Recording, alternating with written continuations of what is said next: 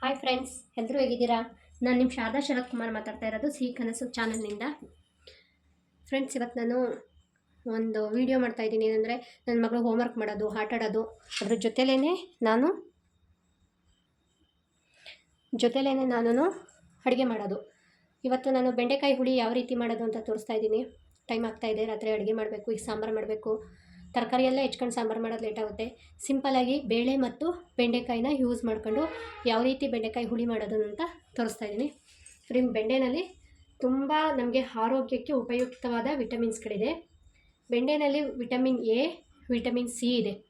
Vitamin A, vitamin C ಇಂದ ನಮಗೆ ಕಣ್ಣಿಗೆ ಒಳ್ಳೆಯದು, ಚರ್ಮಕ್ಕೆ ಒಳ್ಳೆಯದು, ಮತ್ತು ನಮಗೆ ಇದು ಆ್ಯಂಟಿಬಯೋಟಿಕ್ ಅಂದರೆ ರೋಗ ನಿರೋಧಕ ಶಕ್ತಿನ ಹೆಚ್ಚು ಮಾಡುತ್ತೆ, ಹ್ಯುಮಿನಿಟಿ ಪವರ್ನ ಜಾಸ್ತಿ ಮಾಡುತ್ತೆ. ಹಸಿ ಬೆಂಡೆ ಎಳೆದ್ರಲ್ಲಿದ್ದಾಗ ತಿನ್ನೋದಕ್ಕೂ ಸುಲಭ, ತಿನ್ಬೋದು, ಯಾವುದೇ ಪ್ರಾಬ್ಲಮ್ ಇಲ್ಲ, ಏನಿಲ್ಲ, ಚೆನ್ನಾಗೂ ಇರುತ್ತೆ. ನಾವು ಚಿಕ್ಕೂರಲ್ಲಿದ್ದಾಗ ಬೆಂಡೆಕಾಯಿ ಎಳೆದಿರೋದನ್ನೇ ತುಂಬ ಬಳಸ್ತಾ ಇದ್ವಿ. ಬೆಂಡೆಕಾಯಿನ ನಾನು ನೀಟಾಗಿ ತೊಳೆದು ನೀರೆಲ್ಲ ಸೋಸಿ ಈಗ ಒರೆಸಿ ಇಟ್ಟಿದ್ದೀನಿ, ಹೆಚ್ಕೊಳ್ತೀನಿ. ಜೊತೆಗೆ ನನ್ನ ಮಗಳಿಗೆ ಅವತ್ತು ಸಿಹಿ ಗುಂಬಳದ ಪಾಯಸ ಮಾಡಿದ್ದಾಗ ಸೀಡ್ಸ್ನ ಎತ್ತಿಟ್ಟಿದ್ನಲ್ಲ, ಅದನ್ನು ಫ್ರೈ ಮಾಡಿಕೊಟ್ಟಿದ್ದೀನಿ. ತಿಂತಾ ಕೂತ್ಕೊಂಡಿದ್ದಾರೆ. ಇವಾಗ ಅವ್ರು ತಿನ್ನುವಾಗಲೇ ಮಾತಾಡ್ಕೊಂಡು ಜೊತೆಲೇ ಕೆಲಸನ ಶುರು ಮಾಡ್ಕೊಳ್ಳೋಣ. ಹಂಗೆ ಬೆಂಡೆಕಾಯಿನ ಯೂಸ್ ಮಾಡೋ ರೀತಿನ ಎಕ್ಸ್ಪ್ಲೈನ್ ಮಾಡ್ತಾ ಹೋಗ್ತಾ ಇರ್ತೀನಿ ನಾನು. ಫ್ರೆಂಡ್ಸ್, ನಿಮಗೆ ಬೆಂಡೆಕಾಯಿ ಪಲ್ಯ ಇಷ್ಟ ಆಗ್ಬೋದು, ಬೆಂಡೆಕಾಯಿ ಹುಳಿ ಇಷ್ಟ ಆಗ್ಬೋದು, ಬೆಂಡೆಕಾಯಿ ಸಾಂಬಾರು ಇಷ್ಟ ಆಗ್ಬೋದು. ನೀವು ಯಾವ ರೀತಿ ಬೇಕಾದ್ರೂ ಅದನ್ನು ಬಳಸ್ತಾ ಹೋಗ್ಬೋದು. ಬೆಂಡೆನ ಆದರೆ ಹುಷಾರಾಗಿ ಬಳಸಿ. ನೋಡೋದಕ್ಕೆ ಹೊರಗಡೆ ಚೆನ್ನಾಗಿರುತ್ತೆ, ಒಳಗಡೆ ಹುಳ ಇರುತ್ತೆ, ಬೀಜ ಎಲ್ಲ ಬ್ಲಾಕ್ ಕಲರ್ ಆಗಿರುತ್ತೆ, ಹುಳ ಆಗಿ ನೋಡ್ಕೊಂಡು ಬಳಸಿ. ಬೆಂಡೆಕಾಯಿ ಬಳಕೆಯಿಂದ ನಮಗೆ ನೆನಪಿನ ಶಕ್ತಿ, ಹೇಳ್ತಾರೆ, ಚಿಕ್ಕೂರಲ್ಲಿದ್ದಾಗ ಕೇಳ್ತಾ ಇದ್ವಿ. ಬೆಂಡೆ ಬುದ್ಧಿಗೆ ಒಳ್ಳೆಯದು, ತೊಂಡೆ ಚರ್ಮಕ್ಕೆ ಒಳ್ಳೆಯದು ಅನ್ನೋರು. ಅಂದರೆ ಬೆಂಡೆಕಾಯಿನ ತಿನ್ನೋದ್ರಿಂದ ಮೆಮೊರಿ ಪವರ್ ಹೆಚ್ಚಾಗ್ತಾ ಹೋಗುತ್ತೆ. ಈ ಜೇನುತುಪ್ಪ ತಿನ್ನೋದ್ರಿಂದ, ಹೊಂದೆಲ್ಗ ತಿನ್ನೋದ್ರಿಂದ ಯಾವ ರೀತಿ ಮೆಮೊರಿ ಪವರ್ ಇಂಪ್ರೂವ್ ಆಗುತ್ತೆ, ಅದೇ ರೀತಿ ಬೆಂಡೆ ತಿನ್ನೋದ್ರಿಂದನೂ ಮೆಮೊರಿ ಪವರ್ ಇಂಪ್ರೂವ್ ಆಗ್ತಾ ಹೋಗುತ್ತೆ. ಈ ಶುಗರ್ ಏನಾದ್ರು ಜಾಸ್ತಿ ಆಗಿದ್ದವರು ನೈಟು ಬೆಂಡೆನ ನೆನೆಸಿಟ್ಟು ಬೆಳಗ್ಗೆ ಎದ್ದು ಆ ನೀರನ್ನ ಕುಡಿಯೋದ್ರಿಂದನೂ ಶುಗರ್ ಲೆವೆಲ್ ಕಡಿಮೆ ಆಗ್ತಾ ಹೋಗುತ್ತೆ. ಮತ್ತು ಡಯೆಟ್ ಮಾಡೋರು, ಸ್ಲಿಮ್ ಆಗಿರಬೇಕು ಅಂದ್ಕೊಂಡವರು ಬೆಂಡೆಕಾಯಿನ ಬಳಸೋದ್ರಿಂದನೂ ಡಯಟಿಂಗ್ ಫುಡ್ ಆಗಿರುತ್ತೆ ಬೆಂಡೆ. ಮತ್ತು ನೈಟ್ನ ಬೆಂಡೆ ನೆನೆಸಿಟ್ಟು ನೋಡಿ, ಆಗಲೇ ಹುಳಾಗಿದೆ, ಬೆಳಗ್ಗೆ ಎದ್ದು ಆ ನೀರನ್ನ ಕುಡಿಬೇಕು. ಹೇರ್ ಫಾಲು, ಡ್ಯಾಂಡ್ರಫ್ ಇರೋರು ಬೆಂಡೆಕಾಯಿನ ಕುದಿಸಿ, ಅದು ಲೋಳೆ ಆಗುತ್ತೆ ನೀರು, ಆದರೂ ಪರವಾಗಿಲ್ಲ, ಅದನ್ನ ಹೆಡ್ ಮಸಾಜ್ಗೆ ತಲೆಗೆ ಬಳಸೋದ್ರಿಂದ ತಲೆ ಕೂದಲು ಉದುರೋದು, ಹೇರ್ ಫಾಲ್ ಆಗೋದು, ಡ್ಯಾಂಡ್ರಫ್ ಆಗೋದು, ತಲೆ ಹೊಟ್ಟು ಇದೆಲ್ಲ ಕಡಿಮೆ ಆಗ್ತಾ ಹೋಗುತ್ತೆ. ಏನಪ್ಪ ಪ್ರಾಬ್ಲಮ್ ಅಂದರೆ ಬೆಂಡೆನ ಫ್ರೈ ಮಾಡಬೇಕು, ಲೋಳೆ ಹಂಗಿರುತ್ತೆ. ಅದರಿಂದ ಕೆಲವ್ರಿಗೆ ಇಷ್ಟ ಆಗುತ್ತೆ, ಕೆಲವ್ರಿಗೆ ಇಷ್ಟ ಆಗಲ್ಲ. ಆದರೆ ನಮ್ಮ ಮನೇಲಿ ಮಾತ್ರ ಎಲ್ಲರಿಗೂ ಬೆಂಡೆ ಇಷ್ಟ ಆಗುತ್ತೆ. ನಾವು ವಾರಕ್ಕೆ 2 ಟೈಮ್ಸು, 1 ಟೈಮ್ ಆದರೂ ಕಂಪಲ್ಸರಿ ಬೆಂಡೆ ಇದ್ದೇ ಇರುತ್ತೆ. ಪಲ್ಯನಾದ್ರೂ ಸರಿ, ಈ ಥರ ಸಾಂಬಾರಾದರೂ ಸರಿ, ಬೆಂಡೆಕಾಯಿನ ನಾವು ಬಳಸ್ತಾನೇ ಇರ್ತೀವಿ. ನೀವು ಅಷ್ಟೇ, ಮಕ್ಕಳು ತರಕಾರಿ ಏನಾದರೂ ಹೆಚ್ಚುವಾಗ ಮಾಡುವಾಗ ಹಸಿ ತರಕಾರಿ ಕೇಳಿದ್ರೆ ಕೊಡಿ. ಈಗ ಏನಾದ್ರು ಬೆಂಡೆಕಾಯಿನೇ ಆಗಲಿ, ಕ್ಯಾರೆಟ್ ಆಗಲಿ, ಬೀಟ್ರೋಟ್ ಆಗಲಿ, ಬೀನ್ಸ್ ಆಗಲಿ, ಟೊಮೆಟೊ ಆಗಲಿ, ಮೂಲಂಗಿ ಆಗಲಿ, ಯಾವುದಾದ್ರೂ ಸರಿ ಮಕ್ಕಳು ತಿನ್ನಬೇಕು ಅನಿಸಿದ್ರೆ ಬೆಂಡೆಕಾಯಿನ ಕೊಡಿ. ಆಲ್ರೆಡಿ ನನ್ನ ಮಗಳಾಗಲೇ ಒಂದು 3-4 ತಿಂದಾಗಿದೆ. ಇವಾಗ ಒಂದು ಬೆಂಡೆಕಾಯಿ ಸಾಕಾಗಿ ಸಿಗುಂಬಳದ ಬೀಜ, ಕುಕ್ಕುಂಬರ್ ಸೀಡ್ಸ್ನ ತಿಂತಾ ಇದ್ದಾರೆ. ರೆಡಿ ಕುಕ್ಕುಂಬರ್ ಸೀಡ್ಸ್ ಇದೆ, ಇದು ವೇಸ್ಟ್ ಆಗಬಾರ್ದು ಅಂತ ಕೊಟ್ಟಿದ್ದೀನಿ. ಇದನ್ನು ಜೊತೆಲಿ ತಿಂತಾ ಇರ್ತಾರೆ. ಅದೆಲ್ಲ ಹೋಮ್ವರ್ಕ್ ಮುಗಿದಿದೆ, ಓದ್ಕೊಂಡಿದ್ದೆಲ್ಲ ಸ್ವಲ್ಪ ಆಗಿದೆ. ಈಗ ಊಟದ ಟೈಮು. ಬೆಂಡೆಕಾಯಿ ಸಾಂಬಾರು ಬೇಗ ಆಗೋದ್ರಿಂದ ಬೆಂಡೆಕಾಯಿ ಸಾಂಬಾರು ಮಾಡೋಣ ಅಂತ ಇಟ್ಕೊಂಡಿದ್ದೀನಿ. ಅದಕ್ಕೆ ಸ್ವಲ್ಪ ಹೊತ್ತು ಹೀಗೆ ಆಟಾಡ್ಕೊಂಡಿರಲಿ, ತಿಂದ್ಕೊಂಡು ಸಾಂಬಾರು ಆದ ತಕ್ಷಣ ಊಟ ಮಾಡಿ ಮಲಗೋದಕ್ಕೆ ಸರಿ ಹೋಗುತ್ತೆ. ನಿಮ್ಗೇನಾದರೂ ಯಾರಾದರೂ ತಾಳ್ಮೆ ಪರೀಕ್ಷೆ ಮಾಡಬೇಕು ಅನ್ನೋದಿದ್ರೆ, ಮಕ್ಕಳಿಗೆ ಊಟ ಮಾಡಿಸೋದು, ಹೋಮ್ವರ್ಕ್ ಮಾಡಿಸೋದು ಈ ರೀತಿ ಕೊಡಿ. ಅವ್ರಿಗೆಷ್ಟು ತಾಳ್ಮೆ ಇದೆ, ಅವರೆಷ್ಟು ಸಮಾಧಾನವಾಗಿರ್ತಾರೆ ಒಬ್ಬ ವ್ಯಕ್ತಿ ಅನ್ನೋದು ಪರೀಕ್ಷೆ ಮಾಡಬೇಕು ಅಂದರೆ ಹೋಮ್ವರ್ಕ್ ಮಾಡಿಸೋದು ಮತ್ತು ಊಟ ಮಾಡಿಸೋದು, ಇವೆರಡರಿಂದನೇ ಗೊತ್ತಾಗುತ್ತೆ ಮಕ್ಕಳಿಗೆ ಎಷ್ಟು ಅಲ್ಲ ಬೇರೆಯವ್ರಿಗೆ ಎಷ್ಟು ಪೇಷನ್ಸ್ ಇರುತ್ತೆ ಅಂತ. ಇವಾಗ ಬೆಂಡೆಕಾಯಿ ಎಲ್ಲ ಹೆಚ್ಕೊಂಡು ಹುಳಿ ಮಾಡೋಣ. ಬೆಂಡೆ ಪ್ರಯೋಜನಗಳು ಹಲವು. ಕರುಳ ಸಂಬಂಧಿಸಿದ ಕಾಯಿಲೆಗಳು ಇದ್ದರೆ, ಗುಡ್ ಬ್ಯಾಕ್ಟೀರಿಯಾ ಇಂಪ್ರೂವ್ ಆಗಬೇಕು ಅಂದರೆ ಬೆಂಡೆನ ಬಳಸಿ. ಬೆಂಡೆ ಬಳಸೋದ್ರಿಂದ ಕರಳಿನ ಸಮಸ್ಯೆಗಳು ದೂರ ಆಗುತ್ತೆ, ಗುಡ್ ಬ್ಯಾಕ್ಟೀರಿಯಾಗಳು ಇಂಪ್ರೂವ್ ಆಗುತ್ತೆ. ತಿಂತೀಯಾ? ನೋಡ್ಕೊಂಡು ತಿನ್ಬೇಕು, ಹುಳ ಇರುತ್ತೆ. ಈಗ ಕಟ್ ಮಾಡಿದ್ದೀನಿ, ಏನು ತೊಂದರೆ ಇಲ್ಲ. ಕೆಲವು ಕಡೆ ಬೆಂಡೆನ ತೊಟ್ಟು ದಿಂಡು ಎರಡನ್ನೂ ತೆಗಿಯಲ್ಲ ನೋಡಿದ್ದೀನಿ, ಹಾಗೇ ಬಳಸ್ತಾರೆ ನೋಡಿ. ಆದರೆ ಇದು ಇದರಲ್ಲಿ ಹುಳ ಬಂದು ಸೇರಿಕೊಂಡಿದೆ, ಇದು ಬೇಡ. ಈ ರೀತಿ ವೀಡಿಯೋ ಮಾಡೋದು ಒಂಥರ ಚೆಂದ, ವೀಡಿಯೋನೂ ಆಗುತ್ತೆ, ಕೆಲಸನೂ ಆಗುತ್ತೆ, ವಾಯ್ಸ್ ಓವರು ಆಗುತ್ತೆ. ಅದಕ್ಕೋಸ್ಕರ ಎಕ್ಸ್ಟ್ರಾ ಟೈಮ್ ಬೇಡ. ಸೆಟ್ಟಿಂಗ್ಸ್ ಮಾಡಬೇಕು, ವಾಯ್ಸ್ ಕೊಡಬೇಕು, ಏನೇನೋ ಮಾತಾಡ್ತೀವಿ, ಮತ್ತೆ ಗಾಬರಿ ಮಾಡ್ಕೊಳ್ಳೋದು, ಮತ್ತೆ ಡಿಲೀಟ್ ಮಾಡೋದು ಬೇಡ. ಯಾಕೆ ಬೇಕು ಅಷ್ಟೊಂದು ರಿಸ್ಕು? ಆರಾಮಾಗಿ ಮಾತಾಡ್ಕೊಂಡು ವೀಡಿಯೋ ಮಾಡ್ಕೊಂಡು ಹೋಗೋಣ ಅಲ್ವಾ? ಯಾರು ನನ್ನ ಚಾನಲ್ ನೋಡ್ತಾ ಇದ್ದೀರಾ ದಯವಿಟ್ಟು ಲೈಕ್ ಮಾಡಿ, ಶೇರ್ ಮಾಡಿ, ಸಬ್ಸ್ಕ್ರೈಬ್ ಆಗಿ. ಏನಾದ್ರೂ ಚೇಂಜಸ್ ಆಗಬೇಕು ಅಂದರೆ ಕಮೆಂಟ್ಸ್ ಮಾಡಿ. ಕಮೆಂಟ್ಸಿಂದ ನನಗೆ ಯಾವ ರೀತಿ ನೆಕ್ಸ್ಟ್ ವೀಡಿಯೋಗಳು ಮಾಡಬೇಕು, ಏನು ಮಾಡಬೇಕು ಅನ್ನೋದು ತಿಳಿತಾ ಹೋಗುತ್ತೆ ಫ್ರೆಂಡ್ಸ್, ಆಯಿತಾ? ಈಗ ಬೆಂಡೆ ಹೆಚ್ಕೊಂಡಾಯಿತು. ಈಗ ನಾವು ಬೆಂಡೆ ಹುಳಿ ಮಾಡೋದಕ್ಕೆ ರೆಡಿ ಮಾಡ್ಕೊಳ್ಳೋಣ. ಏನೇನು ಖಾರಕ್ಕೆ ಏನೇನು ಬೇಕು ಅಂತ ಹೇಳ್ತಾ ಇದ್ದೀನಿ.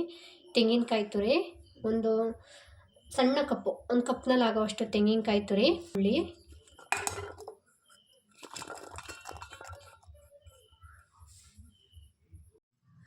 ಒಂದು ಮೀಡಿಯಮ್ ಸೈಜ್ ಈರುಳ್ಳಿ, ಆಮೇಲೆ ಟೊಮೆಟೊ, 2 ಟೊಮೆಟೊ ಬೇಕು ನೋಡಿ. ಟೊಮೆಟೊ ಹುಳಿ ಟೊಮೆಟೊನ ಸಿಹಿ ಟೊಮೆಟೊನ ನೋಡ್ಕೊಂಡು ನೀವು ಯೂಸ್ ಮಾಡಿ.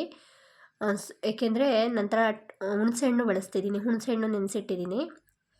ಖಾರದ ಪುಡಿ, ಖಾರನೂ ಅಷ್ಟೇ, ನಿಮಗೆ ನಿಮ್ಮ ಮನೆ ಖಾರದ ಪುಡಿ ಯಾವ ರೀತಿ ಇದೆ, ಖಾರ ಇದೆಯೋ ಸಪ್ಪೆ ಇದೆಯೋ ಸ್ವಲ್ಪ ನೋಡ್ಕೊಂಡು ಖಾರದ ಪುಡಿ ಯೂಸ್ ಮಾಡಿ. 1 ಸ್ಪೂನ್ ಖಾರದ ಪುಡಿ ಆದಮೇಲೆ ಧನಿಯಾ ಪೌಡ್ರು, ಸಾಂಬಾರು ಪುಡಿ 1 ಸ್ಪೂನು, ಖಾರದ ಪುಡಿ ಆದರೆ 2 ಸ್ಪೂನು ಧನಿಯಾ ಪೌಡ್ರು. ನಿಮ್ಮ ಮನೇಲಿ ಸಾಂಬಾರಿಗೆ ಯಾವ ರೀತಿ ಸಾಂಬಾರು ಪುಡಿ ಯೂಸ್ ಮಾಡ್ತೀರಾ ಅದೇ ಸಾಂಬಾರು ಪುಡಿ ಯೂಸ್ ಮಾಡಿ. ನೋಡಿ, ಖಾರಕ್ಕೆ ತೆಂಗಿನಕಾಯಿ, ಟೊಮೆಟೊ, ಈರುಳ್ಳಿ, ಖಾರದ ಪುಡಿ, ಸಾಂಬಾರು ಪುಡಿ ಇಷ್ಟನ್ನೇ ಯೂಸ್ ಮಾಡ್ತಾ ಇರೋದು, ಬೇರೆ ಏನಿಲ್ಲ. ನೋಡಿ, ಖಾರನ ರುಬ್ಕೊಂಡಿದ್ದೀನಿ ಫ್ರೆಂಡ್ಸ್, ಎಲ್ಲ ಹಾಕ್ಕೊಂಡು ಖಾರನ ನುಣ್ಣಗೆ ರುಬ್ಬಿ ಇಟ್ಕೊಂಡಿದ್ದೀನಿ. ಖಾರನ ಒಂದು ಸೈಡಿಗೆ ರುಬ್ಬಿ ಇಟ್ಕೋಬೇಕು, ಇನ್ನೊಂದು ಕಡೆ ಟೊಮೆಟೊ ಹುಣಸೆ ಹಣ್ಣನ್ನ ನೆನೆಸಿಟ್ಕೋಬೇಕು, ಹುಣಸೆ ಹಣ್ಣು ನೋಡಿ ಬಿಡೋದಕ್ಕೆ. ಈಗ ಒಂದು ಕುಕ್ಕರ್ ತಗೊಂಡು ಕುಕ್ಕರ್ನಲ್ಲಿ ಸ್ವಲ್ಪ ಎಣ್ಣೆ, ಈರುಳ್ಳಿ, ಅರ್ಧ ಹೋಳು ಈರುಳ್ಳಿ, ಕರ್ಬೇವಿನ ಸೊಪ್ಪು, ಸಾಸಿವೆ ಇಷ್ಟನ್ನು ಹಾಕ್ಕೊಂಡು ಫ್ರೈ ಮಾಡ್ಕೊಳ್ಳಿ. ಯಾಕೆಂದರೆ ವೀಡಿಯೋ ಮಿಸ್ ಆಗಿದೆ. ಅದಾದಮೇಲೆ ರುಬ್ಬಿಟ್ಕೊಂಡಿರೋ ಖಾರನ ಒಗ್ಗರಣೆಗೆ ಹಾಕ್ಕೊಂಡು ಬೇಳೆನ ನೆನೆಸಿಟ್ಟಿದ್ದೆ ಅರ್ಧ ಗಂಟೆ ಮುಂಚೆನೇ.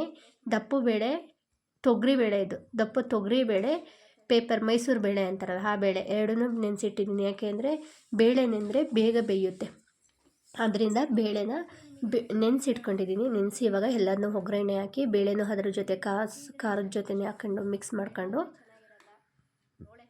ಫ್ರೈ ಮಾಡ್ತಾಯಿದ್ದೀನಿ. ಒಂದು ಕುದಿ ಬಂದರೆ ಸಾಕು. ನೆಕ್ಸ್ಟು ನೀರು ಹಾಕೊಳ್ಳೋಣ. ನಿಮಗೆ ನೀರು ಯಾವ ಪ್ರಮಾಣದಲ್ಲಿ ಬೇಕು, ಸಾಂಬಾರು ಗಟ್ಟಿ ಬೇಕಾ ತೆಳು ಬೇಕಾ ನೋಡ್ಕೊಂಡು ನೀರು ಯೂಸ್ ಮಾಡಿ. ಸಾಂಬಾರು ಮಾಡಿದಾಗ ತೆಳುವೇ ಇರುತ್ತೆ ಬಿಸಿನಲ್ಲಿ, ನೈಟ್ ಮಾಡಿದ್ರೆ ರಾತ್ರಿ ತೆಳು ಇರುತ್ತೆ, ಬೆಳಗ್ಗೆ ಆದಮೇಲೆ ಗಟ್ಟಿ ಇರುತ್ತೆ. ಅದರಿಂದ ನಿಮಗೆ ಯಾವ ರೀತಿ ಬೇಕು ನೋಡ್ಕೊಂಡು ನೀರಿನ ಪ್ರಮಾಣನ ಹಾಕೊಳ್ಳಿ. ನೀರು ಹಾಕಿದ್ಮೇಲೆ ಇವಾಗ ಉಪ್ಪನ್ನ ಹಾಕ್ತಾಯಿದ್ದೀನಿ. ಉಪ್ಪನ್ನು ಅಷ್ಟೇ ನಿಮಗೆ ರುಚಿಗೆ ತಕ್ಕಷ್ಟು ಉಪ್ಪು, ಸಾಂಬಾರು ಯಾವ ಪ್ರಮಾಣದಲ್ಲಿ ಮಾಡ್ತಿದ್ದೀರಾ ಆ ಪ್ರಮಾಣಕ್ಕೆ ತಕ್ಕನಾಗಿ ಉಪ್ಪನ್ನ ಯೂಸ್ ಮಾಡ್ಕೊಳ್ಳಿ ಫ್ರೆಂಡ್ಸ್. ನೋಡಿ, ಸಾಂಬಾರು ಆಗಿದೆ, ನೀರು ನನಗೆ ಎಷ್ಟು ಬೇಕು ನೀರು ಅಷ್ಟು ಹಾಕಿದ್ದೀನಿ. ಹಾಕಿದ್ಮೇಲೆ ಕುಕ್ಕರ್ ಮುಚ್ಚಳ ಮುಚ್ತೀನಿ. ಒಂದೇ ವಿಷಲ್ ಅಷ್ಟೇ, ಒಂದು ವಿಷಲ್ ಸಾಕು, ಬೆಂಡೆಕಾಯಿ ಬೆಂದಿರುತ್ತೆ. ಒಂದು ಕಡೆ ಸೈಡಿಗೆ ಸಾಂಬಾರನ್ನ ಎತ್ತಿಟ್ಟು ಅದು ಸಾಂಬಾರು ಬೇಯ್ತಾ ಇರುತ್ತೆ. ಈಗ ಬೆಂಡೆಕಾಯಿನ ಹುರ್ಕೊಳ್ಳೋಣ. ಇನ್ನೊಂದು ಕಡೆ ಬಾಣಲಿನ ಬಿಸಿಗಿಟ್ಟು ಎಣ್ಣೆ ಹಾಕೊಳ್ಳಿ. ಎಣ್ಣೆ ಸ್ವಲ್ಪ ಜಾಸ್ತಿನೇ ಯೂಸ್ ಮಾಡಿ ಫ್ರೆಂಡ್ಸ್, ಯಾಕೆಂದರೆ ಬೆಂಡೆಕಾಯಿ ಬೇಗ ಸಿಹಿಯುತ್ತೆ ಜಾಸ್ತಿ ಎಣ್ಣೆ ಇಲ್ಲ ಅಂದರೆ. ಈಗ ಬೆಂಡೆಕಾಯಿನ ಫ್ರೈ ಮಾಡೋದಕ್ಕೆ ಶುರು ಮಾಡೋಣ. ಬೆಂಡೆಕಾಯಿ ಬೇಗ ಫ್ರೈ ಆಗಬೇಕಂದ್ರೆ ಒಂದು ಟಿಪ್ಸ್ ಏನಂದರೆ, ಬೆಂಡೆಕಾಯಿನ ಫ್ರೈ ಮಾಡ್ತಿದ್ದಾಗ ನೀವು ಒಂದು 4-5 ನಿಂಬೆ ರಸನ ಇದ್ರ ಜೊತೆ ಹಿಂಡ್ಕೊಂಡ್ರೆ ಬೆಂಡೆ ಕಲ್ಲರು ಚೇಂಜ್ ಆಗೋಲ್ಲ ಮತ್ತು ಲೋಳೆ ಇರೋಲ್ಲ. ಬೆಂಡೆ ಫ್ರೈ ಆದರೂ ಸಹ ಗ್ರೀನ್ ಕಲರ್ ಅನ್ನೋದೇ ಕಾಣ್ತಾ ಇರುತ್ತೆ ಮತ್ತು ಲೋಳೆ ಅಂಶ ಬೇಗ ಹೋಗುತ್ತೆ. ಆದ್ದರಿಂದ ಬೆಂಡೆ ಫ್ರೈ ಮಾಡುವಾಗ ಜಾಸ್ತಿ ಎಲ್ಲ ಒಂದು 3-4 ನಿಂಬೆ ರಸನ ಹಿಂಡ್ಕೊಂಡ್ರೆ ಬೆಂಡೆ ಫ್ರೈ ನೀಟಾಗುತ್ತೆ ಫ್ರೆಂಡ್ಸ್. ಈಗ ಬೆಂಡೆನ ಫ್ರೈ ಮಾಡ್ಕೊಳ್ತಾ ಇದ್ದೀನಿ. ಸ್ವಲ್ಪ ನಿಧಾನಕ್ಕೆ ಬೆಂಡೆ ಫ್ರೈನ ಮಾಡ್ಕೋಬೇಕು, ಸಿಮ್ಮಾಗಿ ಇಟ್ಕೊಂಡು. ಜಾಸ್ತಿ ಹುರಿ ಕೊಟ್ಟರೆ ಬೇಗ ಸೀದೋಗ್ಬಿಡುತ್ತೆ. ಈಗ ಬೆಂಡೆ ಫ್ರೈ ಮಾಡ್ಕೊಳ್ತಾ ಇದ್ದೀನಿ ಫ್ರೆಂಡ್ಸ್. ಫ್ರೈ ಮಾಡಿದ್ರೆ ಚೆಂದ, ಎಲ್ಲ ಲೋಳೆ ಹೆಂಗಿದ್ರೆ ತಿನ್ನೋದಕ್ಕೆ ಚೆನ್ನಾಗಲ್ಲ.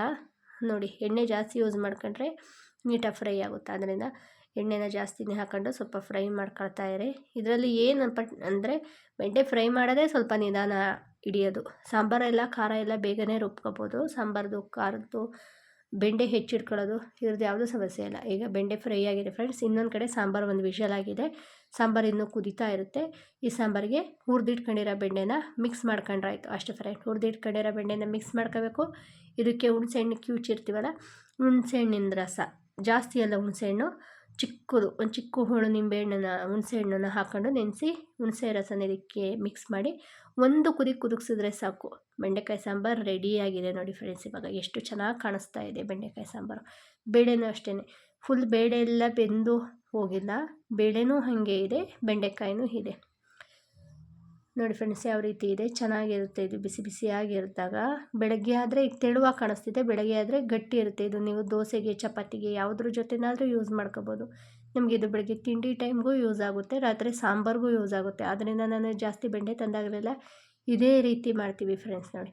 ಈಗ ಬಿಸಿ ಮುದ್ದೆ ಬೆಂಡೆಕಾಯಿ ಸಾಂಬಾರು ರೆಡಿಯಾಗಿದೆ. ನನ್ನ ಮಗಳಿಗೆ ಖುಷಿ. ಇವಾಗ ಅವಳಿಗೆ ಹೇಳಿದ್ದೀನಿ ಬೆಂಡೆ ತಿಂದರೆ ಮೆಮೊರಿ ಪವರ್ ಇಂಪ್ರೂವ್ ಆಗುತ್ತೆ ಅಂತ. ಅದರಿಂದ ಅವಳು ಯಾವಾಗಲೂ ಬೆಂಡೆ ಇಷ್ಟಪಡ್ತಾಳೆ. Simple sambar ready friends. Bye, have a nice day.